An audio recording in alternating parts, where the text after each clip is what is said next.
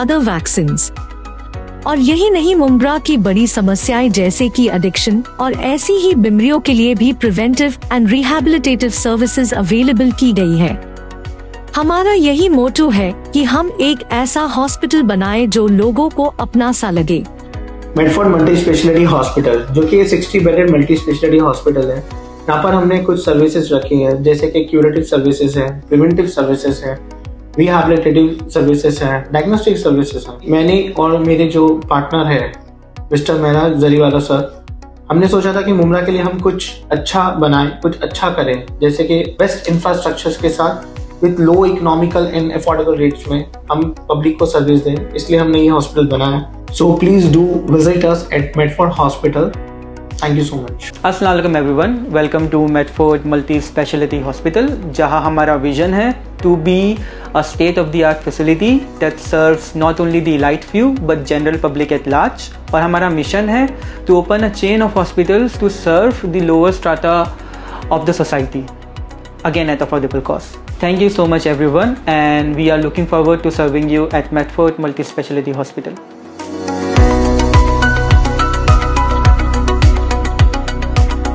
यहाँ शिंदे के नाम पे 2-3 बटले को गद्दार घूम रहे हैं, वो सब बटले के ही जमात है। देखो ना क्या कुदरत का करिश्मा है यार, गद्दार की यार किसी को ऊपर देखने की जरूरत ही नहीं, दोनों आंख में हाथ डाल के बात कर सकते हैं। अपने से बात करेंगे तो जरा ऊपर देखना पड़ता है। पूरे भारत को चैलेंज करता हूँ, मेरे सामने कोई डेबिट पे मुझे हरा नहीं सकता।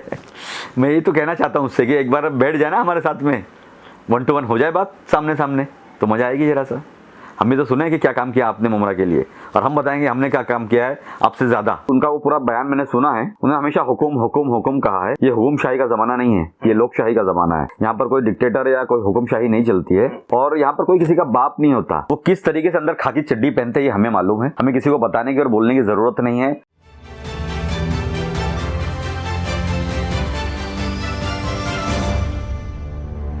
मैं हूं इमरान प्रतापगढ़ी और आप देख रहे हैं न्यूज FK।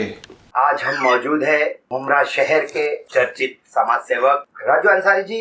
न्यूज FK में आपका स्वागत जी। जिस तरह से मुमरा शहर के अंदर राजनीति का पहलवान या कुछ अपने आप के अंदर मैं रखने वाला, या तो फिर सीधा सीधा वो कहते हैं स्टेज पे खड़े रहकर मुमरा में लोग अपने बाप बदल रहे हैं, क्या संदेश किस तरह से आप बयान करेंगे, ये जनता है सब जानती है। अस्सलाम वालेकुम। सबसे पहले तो मैं न्यूज FK को, उसके जो संपादक है हमारे जहांगीर भाई, मैं उनका बहुत शुक्रिया अदा करता हूं कि उन्होंने आज यहाँ पर मेरे तासुरात लेने की कोशिश की है। और जैसे कि आप लोग जानते हैं कि कल से शायद हो सकता है कि चांद रात हो और रमजान का मुबारक महीना चालू होने वाला है, तो मैं तमाम मुमरा कौसा वासियों को रमजान की फुरखुलूस मुबारकबाद देता हूँ, और ये दुआएं करता हूँ कि इस रमजान के इस मुबारक महीने के अंदर हर आदमी अपने तरीके से इबादत के अंदर कामयाब हो, उनके सारे घर के अंदर बरकतों का मामला हो, उनके घरों के अंदर खुशियां आए, और पूरा रमजान का पूरा एक महीना वो इन खुशियों को लूटें। हमारे मुमरा के जो आज हालात चल रहे हैं, जिस तरीके से एक उठापटक चल रही है, जिस तरीके से एक निचले स्तर की राजनीति चल रही है, उसके ऊपर मैं आज बात करना जरूर चाहूंगा। मैं जैसे कि आप लोगों ने देखा होगा, परसों के रोज एक स्टेज प्रोग्राम हुआ था NCP का, उसमें हमारे यहाँ के जो स्थानिक आमदार हैं वहां पर गए थे और उन्होंने वहां पर बहुत सारी बातें कही। मैं ये समझता हूँ कि देखो, आज मुझे 37 साल हो गए राजनीति के अंदर। 1986 में मैं यूथ कांग्रेस का वार्ड अध्यक्ष बना था, और मेरे गॉडफादर, मेरे बॉस एक ही थे, नईम खान साहब। मैंने कभी अपना गॉडफादर नहीं चेंज किया, कभी अपना बॉस नहीं चेंज किया। उन्हीं के उंगली पकड़ करके मैंने राजनीति के सारे गुरुओं को सीखा है। तहजीब को मैंने मेरे वालिद साहब से सीखी है। आज आप देख सकते हैं पिछले 37 साल के कार्यकाल के अंदर कभी भी आपने मेरे जबान से अभद्र भाषा का इस्तेमाल नहीं सुना होगा। स्टेज के ऊपर गाली नहीं देता हूँ, जैसे भी आपने परसों सुना होगा 2-3 गालियां दी गई स्टेज के ऊपर, मैं वो नहीं करता हूँ। मैं संविधान का बहुत पालन करता हूँ, संविधान की मैं बहुत इज्जत करता हूँ, क्योंकि हमारा जो महाराष्ट्र जो प्रदेश है वो महात्मा ज्योतिबा फुले, बाबा साहब अम्बेडकर और साहू महाराज की धरती है। और इस संविधान को लिखने वाले हमारे भीमराव बाबा साहब अम्बेडकर साहब है, जिन्होंने इस संविधान को लिखा, और इस संविधान की इज्जत करना चाहिए। जैसे आपने कल परसों के रोज देखा होगा, किसी ने उनसे आके चिट्ठी दी कि साहब 10 बजे रहे हैं, तो उन्होंने कहा मैं इस 10 बजे के कानून को नहीं मानता। तो ऐसी बहुत सारी चीजें हैं जो वो नहीं मानते। आपने देखा होगा पिछले 2 साल से वो झंडा वंदन कर रहे हैं, इससे पहले कभी वो झंडा वंदन भी नहीं करते थे, और आए तो झंडा वंदन तो किया ही किया, साथ में हमारे मुसलमान बच्चों के साथ में जाकर के वंदे मातरम का नारा भी लगा दिया। आज वो एक मुस्लिम बहुमूल्य इलाके को बिलोंग करते हैं, बहुमूल्य इलाके के अंदर वो राजनीति कर रहे हैं। उन्हें इतना सियासी शऊर जरूर होना चाहिए था कि वंदे मातरम हम नहीं कहेंगे। वंदे मातरम हमारे लिए, हमारे मजहब के अंदर हराम है कहना, क्योंकि हम किसी धरती को नहीं पूजते, हम सिर्फ और सिर्फ अल्लाह को पूजते हैं। हम उसको पूजते हैं जो निरंकार है, जिसका कोई आकार नहीं है। और हम किसी बुत परस्ती को, किसी देवी को, जैसे आप भारत माता कहते हैं, हम उसको नहीं पूजते। मगर हम भारत देश का आदर करते हैं, हम भारत देश को मानते हैं और हम भारत देश के लिए जान और माल सब लगाने को तैयार है। हम इसके लिए खून बहाने को तैयार है, पसीना बहाने को तैयार है। हम यहीं पर मरने और मिटने को तैयार हैं। जैसे कि आपने सुना होगा, उस दिन हमारी एक बेटी फरज शेख को उन्होंने कहा कि वो जिन्ना की पोती है। अगर वो जिन्ना की पोती होती तो पार्टीशन के वक्त में मुस्लिम लीग पाकिस्तान चली गई होती। जो रुक गए, जो यहाँ रह गए, बाय चॉइस रहे हैं, वो उनके पास चॉइस थी कि वो पाकिस्तान जा सकते थे, मगर वो बाय चॉइस यहाँ रुके हैं। तो हम किसी को ये नहीं कह सकते कोई जिन्ना की पोती है या कोई पाकिस्तानी है। ये दर्शाता है कि अंदर जो उनके दिलों में भरा है वो क्या है, वो किस तरीके से अंदर खाकी चड्डी पहनते हैं, ये हमें मालूम है। हमें किसी को बताने की और बोलने की जरूरत नहीं है। कैसा होता है कि कभी कभी आदमी अपने बहरूपियों का रंग, जब वो बहरूपियों का चोला ओढ़ लेता है तो कभी कभी उससे गलती होती है। बार बार गलती होती नहीं है, बहुत बारीकी से गलती होती है, क्योंकि वो किसी चीज को छुपा रहा है, अपनी विचारधारा को छुपा रहा है, अपनी सोच को छुपा रहा है, और वो एक सेकुलरिज्म को चोला पहन करके मुमरा को सब राजनीति करने की कोशिश कर रहा है। क्या नौबत आ गई जो छोटी छोटी चीजें वो छुपा रहे? वो असल में कैसा है कि उन्हें मुसलमानों के वोट चाहिए, इसके लिए वो अपने आप को एक सेकुलरिज्म का नेता पेश करते हैं, मगर अंदर से चड्डी खाकी है। मुझे मालूम है कि उनके साथ में जो लोग हैं, एक गुजराती है जिसके वालिद साहब गुजरात के अंदर आरएसएस के अध्यक्ष रहे हैं, वो खुद आरएसएस का मेंबर रहा है, और उनके जितने इर्द गिर्द के लोग हैं उनकी कितनी अच्छी सांठगांठ है किन लोगों के साथ में, मुझे सब मालूम है। क्योंकि पिछले 14 साल के उनके राजकाल के अंदर 10 साल मैं भी उनके साथ रहा। 2009 से लेकर के 2016 तक के मैं उनके साथ रहा। मुझे हर चीज मालूम है उनके बारे में। धीरे धीरे मैं भी सीखता रहा, समझता रहा, मगर अब कहीं जाकर के वो थोड़ा सा क्रोनोलॉजी मुझे समझ में आई है कि क्या क्रोनोलॉजी है, कि किसी भी मुस्लिम इलाके के अंदर हम किसी भी आरएसएस वाला कोई जीत नहीं सकता, कोई जनसंघी जीत नहीं सकता। इसके लिए एक सेकुलरिज्म का चोला पहन लिया जाए, मुसलमानों की थोड़ी सी हमदर्दी की बात कर ली जाए, मुसलमानों के शादी ब्याह में, बारात में, उनके बर्थडे में, उनकी हकीका में, उनके खतरा में आ जाए, मुसलमान इससे बहुत जल्दी खुश हो जाता है। और मुसलमान एक ऐसी कौम है जो अपने गुनाहगारों को माफ कर देता है। आप उनके साथ कुछ भी कर लो, थोड़ा सा माफी मांग लो, सबको माफ करता है। देखिए, आप देख रहे होंगे बहुत सारे मुसलमान जो उद्धव ठाकरे की बात कर रहे हैं कि भाई नहीं, उद्धव ठाकरे साहब बहुत अच्छे हैं। ये वही उद्धव ठाकरे हैं जिन्होंने कहा था कि जिनके वालिद साहब ने कहा था कि अगर बाबरी मस्जिद अगर मेरे शिव सैनिकों ने तोड़ी है तो मुझे उन पर गर्व है। और उसके बाद में जब ये चीफ मिनिस्टर बने तो उन्होंने हमेशा बाबरी मस्जिद के खिलाफ बात की है, मुसलमानों के पॉलिसीज के खिलाफ बातें की है, मगर थोड़ी बहुत हमदर्दी दिखा दी मुसलमानों से, मुसलमान उनसे खुश हो जाते हैं। जिस तरह से उन्होंने एक ऐलान किया कि मुमरा में बाप बदल रहे हैं, हाँ। तो ये बाप कौन है? पहली बात तो मैं आपको ये बता दूं कि जैसे उन्होंने उनका वो पूरा बयान मैंने सुना है, उन्होंने हमेशा हुकुम हुकुम हुकुम कहा है। ये हुकुमशाही का जमाना नहीं है, ये लोकशाही का जमाना है। यहाँ पर कोई डिक्टेटर या कोई हुकुमशाही नहीं चलती है, और यहाँ पर कोई किसी का बाप नहीं होता। लोकशाही में यही तो चीज अच्छी होती है कि अगर हमें पसंद आया तो हमने से वोट दिया, नहीं पसंद आया तो हमने से जमीन पर पटक दिया। आज ऑप्शन है, नोटा भी दबा सकते हैं। नोटा भी दबा सकते हैं, हम हमारे दूसरे प्रतिद्वंदियों को भी वोट दे सकते हैं, हम अपोजिशन को भी वोट दे सकते हैं, हम कुछ भी कर सकते हैं। यही लोकशाही और यही जमहूरियत की एक ताकत होती है। देखो, आज पूरे दुनिया के अंदर लोग हमारी लोकशाही को और हमारी जमहूरियत का एक लोहा मानते हैं, और हमारे लोकशाही को, हमारी जमहूरियत को फॉलो करते हैं। जितने सेकुलर फैब्रिक्स हमारे इस भारत देश के अंदर, हमारे इंडिया के अंदर जितने सेकुलर फैब्रिक्स, जितने अच्छे तरीके से यहाँ पर पाले पोसे और बढ़ाए गए हैं, उतना किसी देश में नहीं होता है। आज भी मैं ये समझता हूँ कि आज भले ही थोड़ा सा एक तानाशाही की सरकार है, डेमोक्रेसी को कुचलने की सरकार है, मगर उसके बावजूद हमारे देश की जो जनता है वो बहुत ही सूझबूझ के साथ में अपने सेकुलर फैब्रिक्स को जिंदा रखते हुए इस देश को आगे बढ़ा रही है।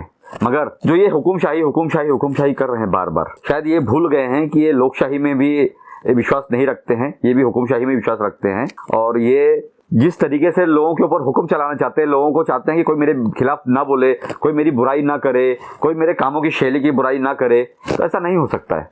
आपको 10 मुंह आपको अच्छा बोलने वाले होंगे तो 10 मुंह आपको बुरा बोलने वाले भी होंगे।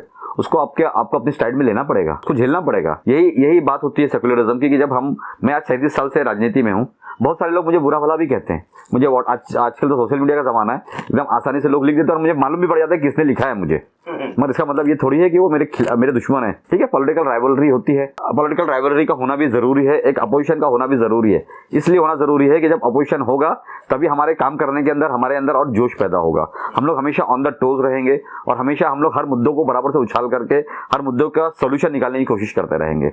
अगर अपोजिशन नहीं होगा तो हम फिर डिक्टेटर बन जाएंगे और वो दिन दूर नहीं कि हम हिटलर शाही के तरीके पर चलने लगेंगे। जैसे कि उन्होंने स्टेज पे कहा, शिंदे गुट के एकनाथ शिंदे के उसी के हाइट के लोग हैं, बटले बटले, मुझसे मिलने के लिए उनको गर्दन ऊंची करके बात करना पड़ता है। तो अच्छी बात है कि मुझसे ना मिले, क्योंकि उनके पास शिंदे गुट के शिंदे सीएम जैसे ही साइज के लोग हैं। यहाँ शिंदे के नाम पे 2-3 बटले गद्दार घूम रहे हैं, वो सब बटले की ही जमात है। देखो गुंजन भाई, गद्दार भी एक ही साइज के हैं।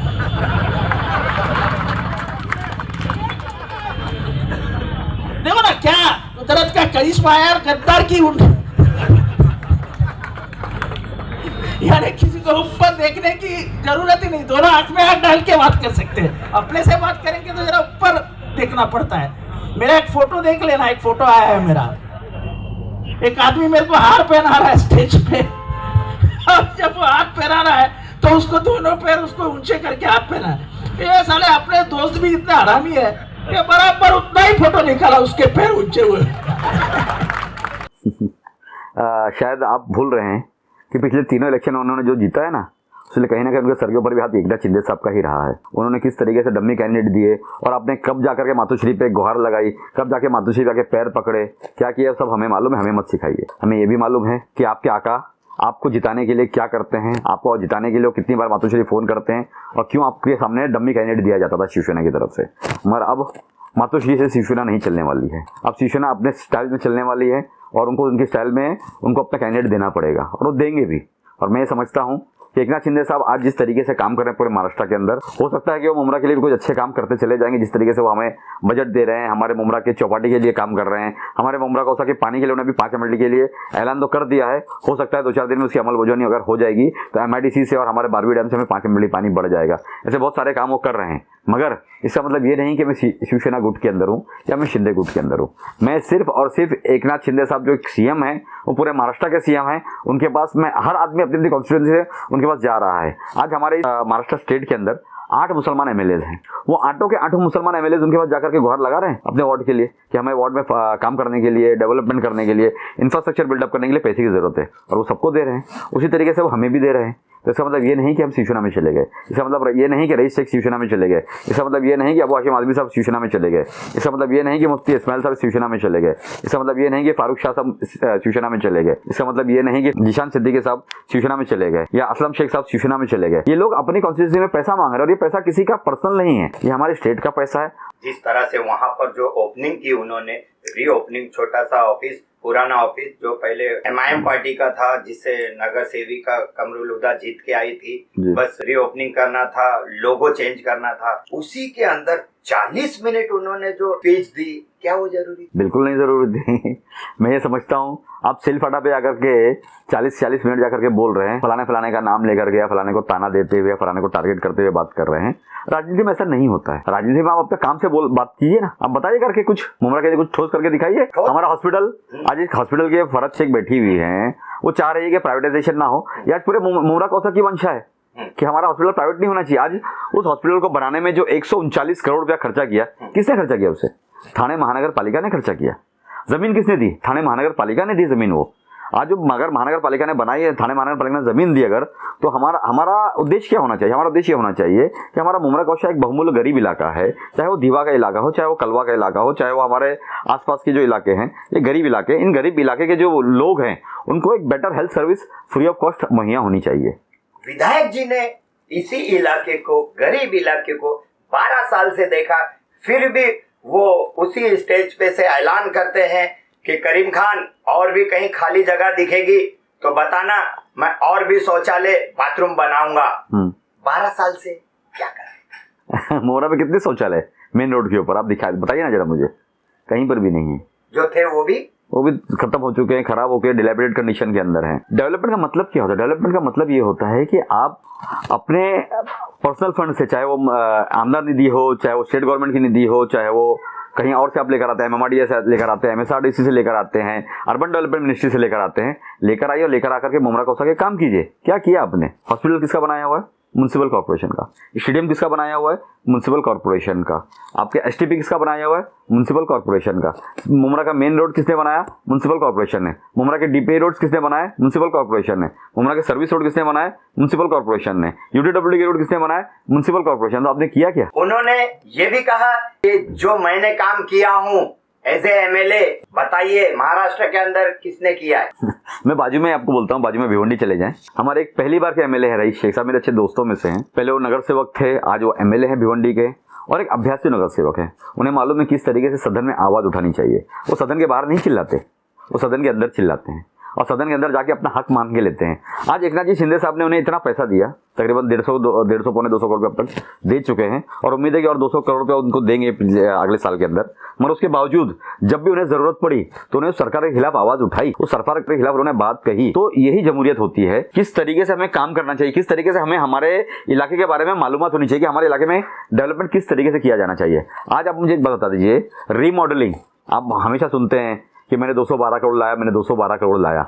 आपको मालूम है 212 करोड़ रुपया कहां से आने वाला था? जब हमारी पृथ्वीराज चौहान साहब की सरकार थी, उस वक्त में हमने इसे प्रपोज किया था, और इसको हमने जब प्रपोज किया था तब ये 212 करोड़ का नहीं था, ये 165 करोड़ का प्रोजेक्ट था। इस 165 करोड़ के प्रोजेक्ट के लिए हमने JNNURM, Jawaharlal Nehru urban renewal mission के अंदर हमने इसकी मांगनी की, और मांगनी करते ही सरकार बदल गई। 2014 में फडणवीस साहब की सरकार आई तो उन्होंने JNNURM को खत्म करके उसको अमृत कर दिया, Atal mission for rejuvenation of urban transformation. इस अमृत योजना के अंदर हमने फिर मांगनी की, मतलब इन्होंने ही मांगनी की, नहीं हो पाया कुछ। फिर ये स्टेट गवर्नमेंट में थे, इन्होंने स्टेट गवर्नमेंट से मांगनी की, नहीं हो पाया कुछ।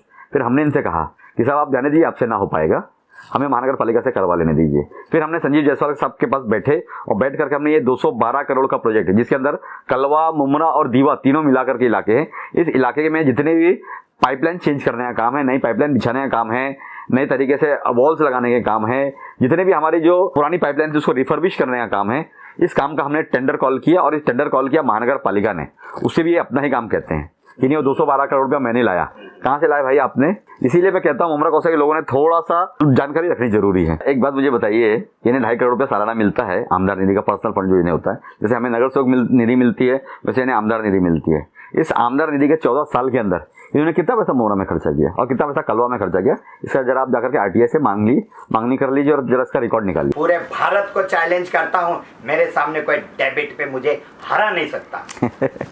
मैं ये तो कहना चाहता हूँ उससे कि एक बार बैठ जाए ना हमारे साथ में, 1 to 1 हो जाए बात सामने सामने, तो मजा आएगी जरा सा।